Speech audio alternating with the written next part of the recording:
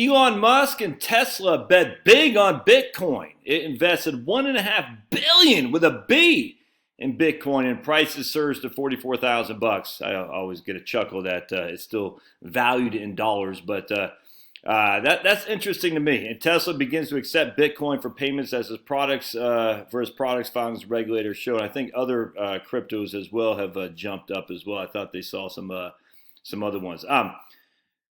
I tell you, man, I have not been big or I'm not negative. I'm just, oh, yeah, by the way, slow the spread of socialism.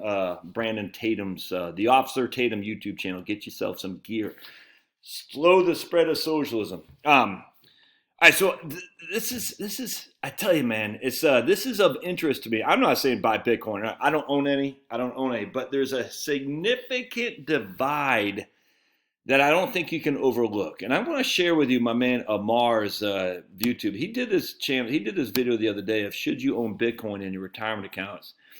And it completely changed my perspective. I'm not buying Bitcoin. I just don't know anything about it. I'm ignorant of it, not going to lie to you. There's a reason for that. And I think the reason of my ignorance is not a good thing or a bad thing. It just is. And I'm not sure I'll ever escape that ignorance, frankly. But I think there's a dividing line, and Amar spells it out. And I had never, ever thought about it like this. So let's listen to what he has to say. And by the way, you should subscribe to Amar's channel. It's Client First Capital Learning. And Amar and I will be doing our weekly live stream on Wednesday at 12:30 Eastern Time, just FYI. So let's check listen to this. Bitcoin is trying to be the digital version of gold in the sense that it's a limited supply and it's a store of value, and you can track every person that's owned that specific coin. Now, the question that I pose to most of my clients is that if we're afraid of devaluing of the US dollar and we want to own something that's a store of value, we want to make sure that it's still a store of value during your lifetime. So if you're in your 60s, consider the next 30 to 40 years, what will be the gold standard for store of value? And I think for most people, they'll have to make a decision between gold is what I know and this is what I'm going to use as that store of value, or future generations only know digital currency, and that's what's going to be more valuable during my lifetime in a time of crisis. If you have questions. So what he's saying, oh man, this makes, I never thought about like this. Our generations have been brought up under the gold idea of a gold standard. You see what I'm saying? The newer guys, though, that's kind of yesterday's news in some regard. Now, will gold be not ever valuable? No, it's always going to, well, I don't know, but presumably gold will retain value. It always has. Is going back to Jesus's time. I mean, just it goes back, for thousands of years. And I'm not saying it won't. I'm not saying.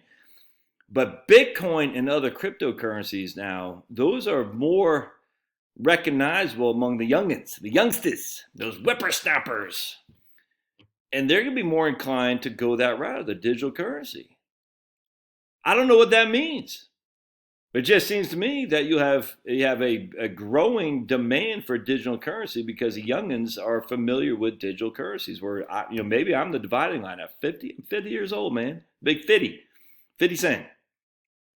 And because I'm maybe too old, and I've been grown up under the idea of gold as a store of value. And look, I've never actually bought into that narrative. It's just there's no evidence to say gold is a store of value against a declining dollar. The evidence is that gold has always been, and most likely always will, a store of value against society chaos and mass confusion. All right, so total chaos, mass confusion, rhymes so hypnotizing they might cause an illusion. Who did that right there? Who did that? That's about the best of my rapping skills. Anyway, so that when we have societal collapse, gold has always been valuable. That's a fact. But as a hedge against inflation, that's just no evidence of that. But we've been kind of trained that the older folks to think that way. And yet I'm thinking the younger people coming up, man, they're like, I like digital. I like the idea.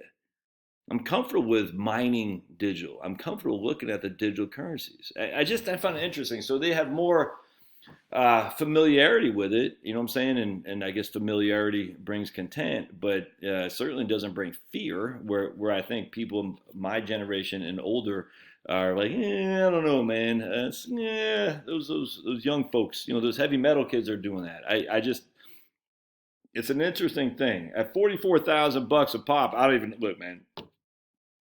I mean, I'm not gonna lie. It seems bubble to me. It seems tulip mania to me. I don't know. What's the true value of Bitcoin, man? I got no idea. None.